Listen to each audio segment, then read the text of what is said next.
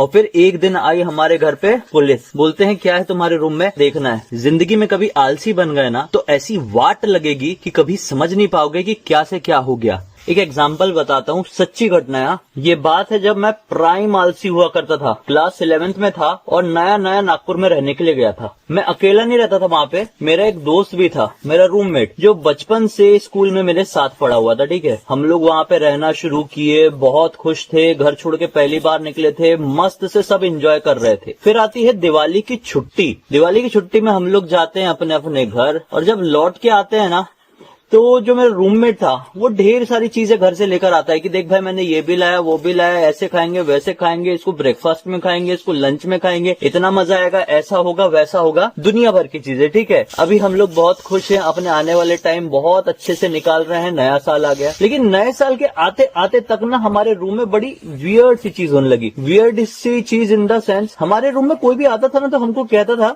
कि भाई तुम्हारे रूम में इतनी गंदी स्मेल किसकी आती है। हमको समझ में नहीं आता था। हम थोड़ा उठ के झाड़ू वाड़ू लगा देते थे, थोड़ा पोछा लगा देते थे, स्प्रे मार देते थे, परफ्यूम छिड़क देते थे, वो स्मेल कम नहीं हुई। वो स्मेल समय के साथ इतनी ज्यादा बढ़ गई, इतनी ज्यादा कि हमारे घर पे लोगों ने आना बंद कर दिए। आते थे तो ऐसे नाक बंद करके आते थे, कुछ इंपॉर्टेंट बात रहेगी बोलेंगे और निकल जाएंगे। दूध वाला भी दूध देने के लिए आता था तो भी ऐसे ऐसे करके दूध देता था। ठीक है, हमको वो समझ में नहीं आता था कि ऐसी क्या स्मेल है जो हमको नहीं आती है, सारा दूसरों को आती है। लेकिन एक्चुअल में स्मेल आती थी, बहुत ही गंदी आती थी और हमारी आदत हो गई थी उस गंदगी में रहने की। एक बार हमारा एक सीनियर था, वो कॉलेज में पढ़ता था, वो रहता था हमारे उसी बिल्डिंग के 3rd फ्लोर में। वो एक्चुअली अपने गांव गया हुआ था और फिर जब बहुत दिन बाद आता है ना तो हमारे रूम में आके उल्टी कर देता है। और वो पहली बार हमको बोलता है कि भाई किसी को मार वार के छुपा दिए हो क्या। उससे कुछ दिन बाद से माहौल इतना बिगड़ने लगता है कि हम लोग घर से बाहर निकलते थे ना तो लिटरली लोग अपने बच्चों को, जो उनके बच्चे बाहर खेल रहे होते थे, घर के अंदर बुला लेते थे, क्योंकि लिटरली लोगों को लगने लगता था कि हमने किसी को मार वार के कहीं छुपा दिए हैं।